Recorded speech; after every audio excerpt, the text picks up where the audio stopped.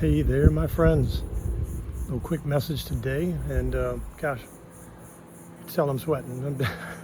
Crazy heat, humidity, and I have to get the lawn done because if you just saw the weeds and how tall things are going in the backyard, it was pretty embarrassing. Front yard's not as bad. That's because we got different kind of weeds in the front yard.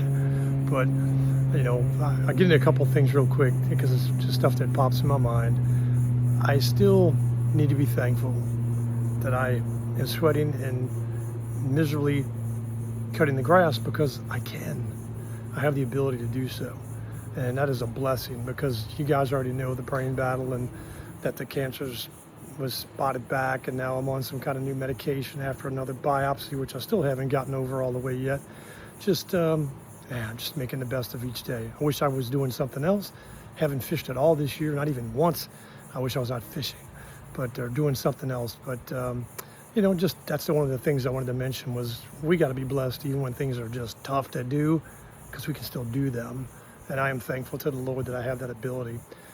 When I was reading this morning in the Bible, and I will confess I am a more New Testament than Old Testament, but I like going in the Old Testament more now, and of course I do both.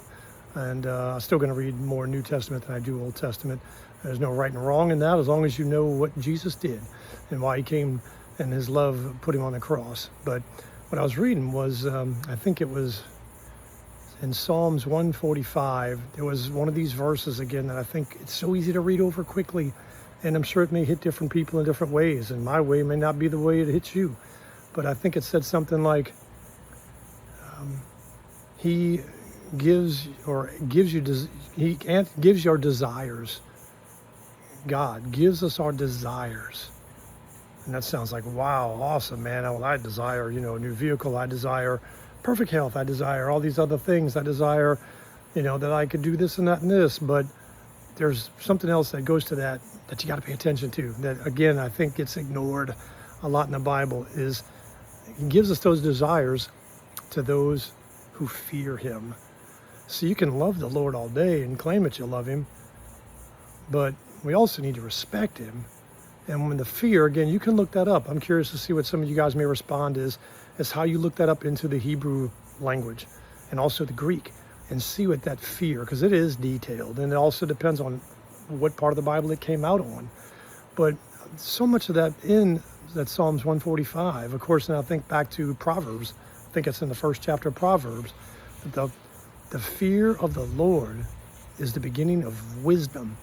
And it's like, man, we got to grasp onto that as well. How well those work together is when do we really start using our gifts, abilities, and knowledge for God, not for ourselves, not for the ways of this world, not for big money, not for fame, not to be famous, or all these other things that unfortunately you see all the time.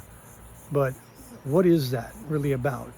The fear of God, the beginning of wisdom in living a life of a Christian, for God, knowing that what he's done for us. And I just wanted to mention that to you guys. Might have been longer than I was thinking of, but just kind of putting the two things together, me looking all sweaty and just the things that are kind of neat. So don't ever, not go back into scripture that you've read 100 times because you think you've already gotten it. Because you may read it again, like that last, I think, video I did was having something click that had never made sense to you, maybe the way it did this time.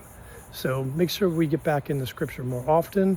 And when things are getting tough or things are great, we look to the Lord because that is the truth. That is our guidance. That is what is the most important thing that we're ever going to read. So love you guys. Hope you have a wonderful day. Stay cool in the summertime.